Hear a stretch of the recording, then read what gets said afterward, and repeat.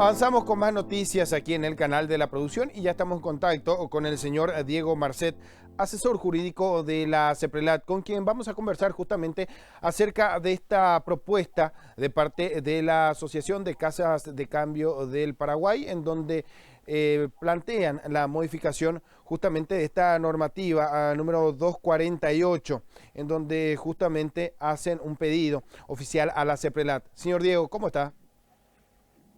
¿Qué tal? Muy buenos días para vos, buenos días para la audiencia.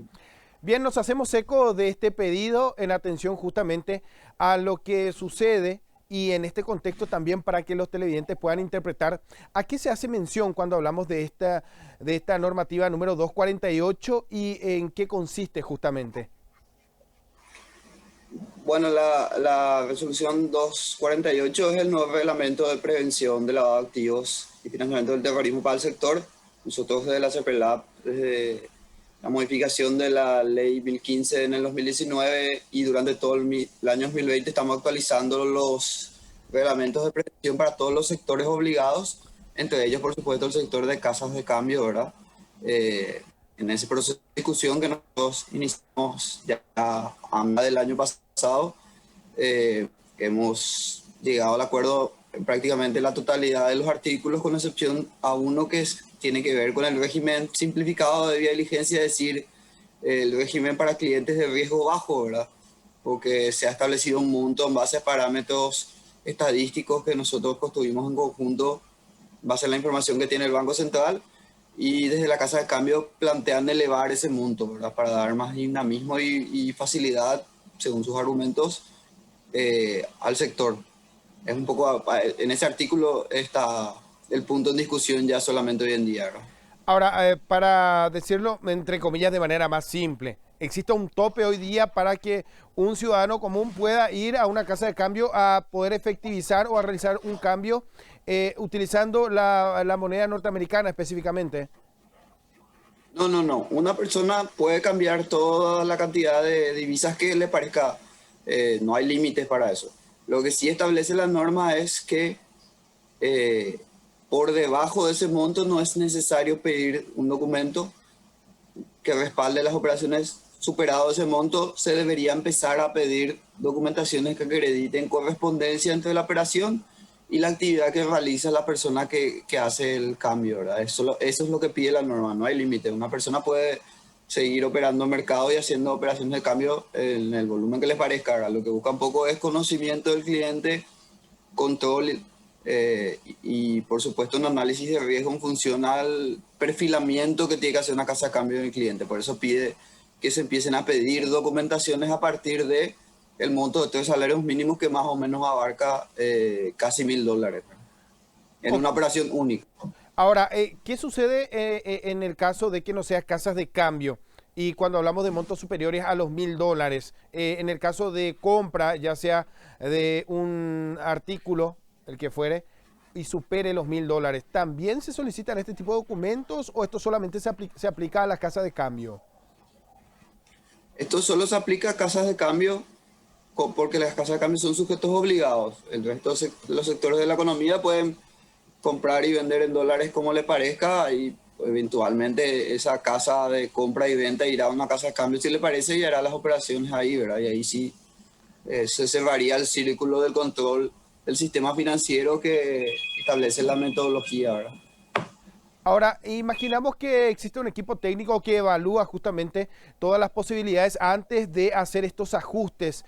Hablamos específicamente de una zona en donde tenemos una economía que básicamente se basa en las casas de cambio, en lo que representa también esto en el movimiento, el volumen, las zonas fronterizas también. ¿Esto podría tener un impacto? ¿Al menos se estudió o se tuvo en cuenta el impacto que esto podría llegar a tener dentro del escenario en el que estamos actualmente? Dentro del escenario de pandemia, todos somos conscientes que muchos sectores de la economía se vieron afectados, ¿verdad? Eso no podemos negar, eso es algo lógico, algo cierto, pero eso a nosotros no nos impide, y en un plan estratégico que desarrolló el Estado paraguayo y una actividad programada dentro de ese plan y dentro de lo que un poco estamos diseñando de cara a la evaluación mutua del país y otros elementos. estamos cumpliendo con ese cronograma, por eso hemos actualizado el marco normativo de todos los sectores obligados. Hemos emitido más de 10 reglamentos, no solo para el sector de cambios, para el sector de EMPES, para el sector de valores, para el sector cooperativo, para los sectores no financieros como las inmobiliarias, los vehículos, joyas y metales preciosos. Hemos avanzado a nivel general, a todos homogéneamente, sin hacer excepción, porque es lo que amerita, ¿verdad? Para tener un sistema de prevención más sólido y también porque hemos modificado la ley de la CEPRELAP para establecer un enfoque de gestión y administración de riesgo y todas estas normas tienen ese enfoque, ¿verdad? Entonces, buscamos un poco ser coherentes dentro de todo el sistema, ¿verdad? Ahora, se habla no solamente de la moneda norteamericana, esto o sea, se amplía a otras monedas. Claro, es cambio de divisa sin importar qué tipo de divisa sea. eh, y desde luego para aquellas casas de cambio formales establecidas, ¿verdad? Ahora, ¿cuál es el pedido de la CEPRELAT y existe la posibilidad de que se modifique esto ante este pedido? Sí, bueno, la CEPELAC fue, la dinámica que tiene CEPELAC a la hora de construir una norma siempre fue, y va a seguir siendo, tratar de llegar a un consenso. Por eso nosotros antes de emitir la norma la compartimos con el sector un borrador, realizamos varias reuniones, también le dimos intervención al BCP, al Banco Central, de manera, como ellos son los supervisores y nosotros los reguladores, cerrar los argumentos y tener lo posible consenso, ¿verdad? Lo que nosotros planteamos este primer monto, este primer umbral, por decirlo de alguna manera, en base a los números estadísticos que tenemos del Banco Central, porque ahí se registran todas las operaciones de cambio de divisa. Lo que las casas de cambio nos manifestaron siempre fue la idea de subir, que les parecía bajo. Lo que nosotros les solicitamos fue, si van a hacer un planteamiento de modificar, que no sea antojadizo, no puede ser al azar, sino que por favor nos den un análisis de riesgo que justifique y analice el por qué se movería el monto. Eso fue lo que siempre le pedimos, ya desde junio del año pasado venimos pidiendo eso. En la reunión que se dio esta semana, por fin logramos una presentación única del sector, o sea, de todas las casas de cambio, que se están de acuerdo entre ellas, las agremiadas y las no agremiadas, y una presentación con un análisis de riesgo que para nosotros eso es muy importante. Analizaron el riesgo de los diferentes productos que ofrecen en las zonas geográficas, volumen de operaciones, cantidad de operaciones, análisis diferentes como por ejemplo cantidad de clientes residentes, no residentes, grado de incidencia, porcentaje. Entonces nos dieron un análisis completo que nos permite a nosotros ver el apetito de riesgo del sector y cruzar la información con lo que ya tenemos. Entonces sí, es posible modificar la norma. De hecho, creemos que vamos a modificar. Lo que estamos ahora analizando es cuál sería el punto medio razonable, si la propuesta que ellos hacen o un punto intermedio para hacer una contra presentación buscando el consenso y siempre en coordinación y en conjunto con el Banco Central, ¿verdad? Pero ese paso importante se dio esta semana y eso denota responsabilidad en la discusión y nosotros celebramos eso y por eso mostramos la mejor apertura, ¿verdad? Ahora, ¿qué sucede con los cambistas? ¿Esto también se aplica a ellos o al menos existe una manera de poder controlar este movimiento que sabemos es también un volumen importante que se maneja hoy día? Los cambistas de calle particularmente, no, es importante aclarar y siempre agradezco estos espacios para ser bien puntilloso con eso. El cambista de calle está en situación irregular al momento que no está inscripto y habilitado por el Banco Central. Entonces la operación de cambio de divisa de calle, si lo hace una persona no habilitada por el Banco Central, no puede hacerlo. Entonces todos nosotros como ciudadanos deberíamos colaborar con el sector formal y no prestarnos a esa operativa irregular que causa daño y afecta a un negocio formal como por ejemplo las casas de cambio que sí están inscritas, que sí tienen sus impuestos al día, que sí aportan a IPS. El cambista de calle que no está registrado no lo hace. Entonces es bueno eso para desalentar ese tipo de prácticas. Y en contrapartida, aquellos cambistas que se quieren formalizar y quieren formar parte del sistema financiero regulado, el Banco Central ha reactivado el proceso de inscripción de cambistas individuales. Se está trabajando en conjunto con la Policía Nacional, el Ministerio de Hacienda. La CEPELAI acompaña en apoyo porque es el supervisor del BCP quien tiene esa tarea. También participa la Policía Nacional porque acá en el escenario del cambista de calle es, si no está registrado no puede estar, entonces hay que excluirlos, hay que sancionarlos y los que tengan voluntad de formalizarse, acompañarles en el proceso para ir incluyéndolos progresivamente, ¿verdad? Porque el Banco Central puede eventualmente habilitar un cambista de calle bajo un carnet identificatorio habilitado por el propio presidente del Banco Central, ¿verdad? Cosa que la gran mayoría de los cambistas de calle hoy en día no lo tienen. Ellos también deberían solicitar estas documentaciones en caso de que, digamos, se les solicite realizar un cambio superior a los $1.000. La resolución 248 es aplicable a casas de cambio. Los demás regulados por el Banco Central, supervisados por el Banco Central que no tienen una regulación específica, hay otra reglamentación de la CPLAC que se les aplicaría, que es la 349. Pero en el caso de este proceso que te estoy comentando, de esta mesa paralela vinculada a cambistas de calle, de la CPLAC, lo que está programado es emitir también una norma específica para cambistas, para corredores de cambio, como se le dice formalmente. Necesite que tenga una norma específica, además, ya separándola de la resolución 349 y de la 248, porque es una dinámica distinta, pero que también va a tener el mismo enfoque de, por supuesto, requerimiento de documentación eventualmente, porque tiene que ser homogéneo el sistema, ¿no? Ahora, ¿cuánto tiempo podría llevar este análisis y en atención a este pedido por parte de la Asociación de Casas de Cambio? Nosotros ya estábamos avanzando bastante en el análisis. De hecho, nos pusimos en contacto con ciertos referentes de las casas de cambio de manera a aclarar ciertas dudas, ciertos puntos que nos gustaría que estén un poquito más desglosados para avanzar, pero avanzamos mucho el día de ayer. Hoy tenemos un par de reuniones a puertas adentro.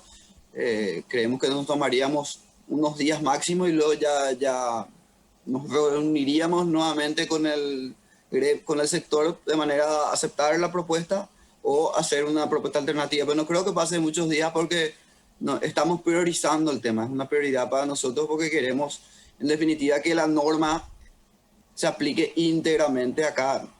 Ya es la cuestión de un solo artículo. Para nosotros es muy importante aplicar toda la norma porque hay muchos preceptos de la norma que entendemos necesarios que se implementen ya. Entonces, priorizamos y no va a pasar de unos días. Hoy es jueves, ponerle que quizás para el lunes ya lo tenemos. Diego, pasando a otro tema y aprovechando este contacto, sabemos de la postergación de la evaluación de parte de Gafilat. Esto nos permite tener también un poco más de oxígeno para ajustarnos a esto, cómo estábamos en este sentido, en lo que hace a poder estar sujetos a estas exigencias y en este sentido también para que podamos interpretar qué significa esto, qué representaría esto. Mira, siéndote sincero, esta subvención es la tercera. Tiene sus pros y sus contras. Sus pros, un pro es algo que manifestás. Tenemos quizás tiempo para ajustar detalles, para afinar ciertos instrumentos, coordinar un poco mejor a nivel interno. Pero para Paraguay, esta es la tercera vez que venimos con todo el empuje como para hacer la visita in situ. Creíamos que ya estábamos listos para hacerla. Es un proceso ya cansador, que sucesivas subvenciones, entonces teníamos la expectativa de hacerlo ahora en el mes de marzo. Pero bueno, como decir, tiene su lado positivo también afinar algunos detalles porque eso lo permite los protocolos de evaluación. Siempre a la suspensión tenemos tiempo para ir ajustando.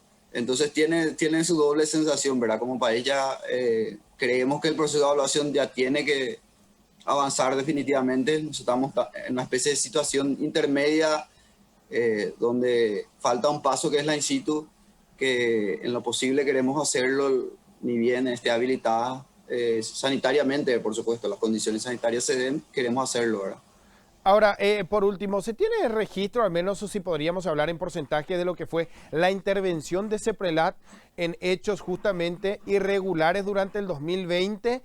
Y esto también, ¿qué impacto podría tener en cuanto a la observación que puedan tener los miembros de Gafilat? Porque podemos decir, por una parte, si la CEPRELAT intervino, fue porque de una parte estuvieron haciendo las tareas como corresponde y por otra parte que también existen muchos casos, entre comillas, de corrupción.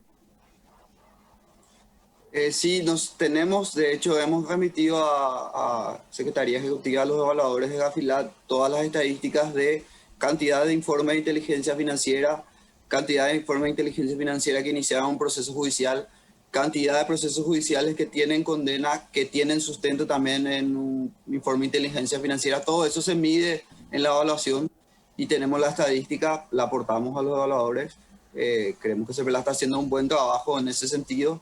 Eh, y no puedo hablar muchos en detalles porque en general hay información reservada, pero por ejemplo, de las condenas por lavado que hay en Paraguay, en el país, un altísimo porcentaje siempre tuvo informe de CEPELAT y eso está respaldado porque podemos hacer la cadena de sentencia, proceso en el Ministerio Público, número y codificación de informe. Entonces, estamos tranquilos en ese sentido. Creemos que Paraguay está bien, sobre todo conociendo la realidad de la región y cómo realmente está porcentualmente los resultados de los procesos de los demás países. El trabajo de la CEPELAT coayudó bastante en lo que son los procesos judiciales por lavado en general en el país, ¿verdad? O sea, los números avalan eso y que esperamos mostrarle eso a los evaluadores o sea, demostrarle, ya les enviamos las estadísticas en la visita in situ, ¿verdad? Cuando sí le podamos mostrar los documentos, entregárselo y contrastar esa información entre las diferentes instituciones. Que esperemos ya no se postergue. Muchísimas gracias, señor Diego. Gracias por la entrevista. Muchas gracias, que tengan buen día.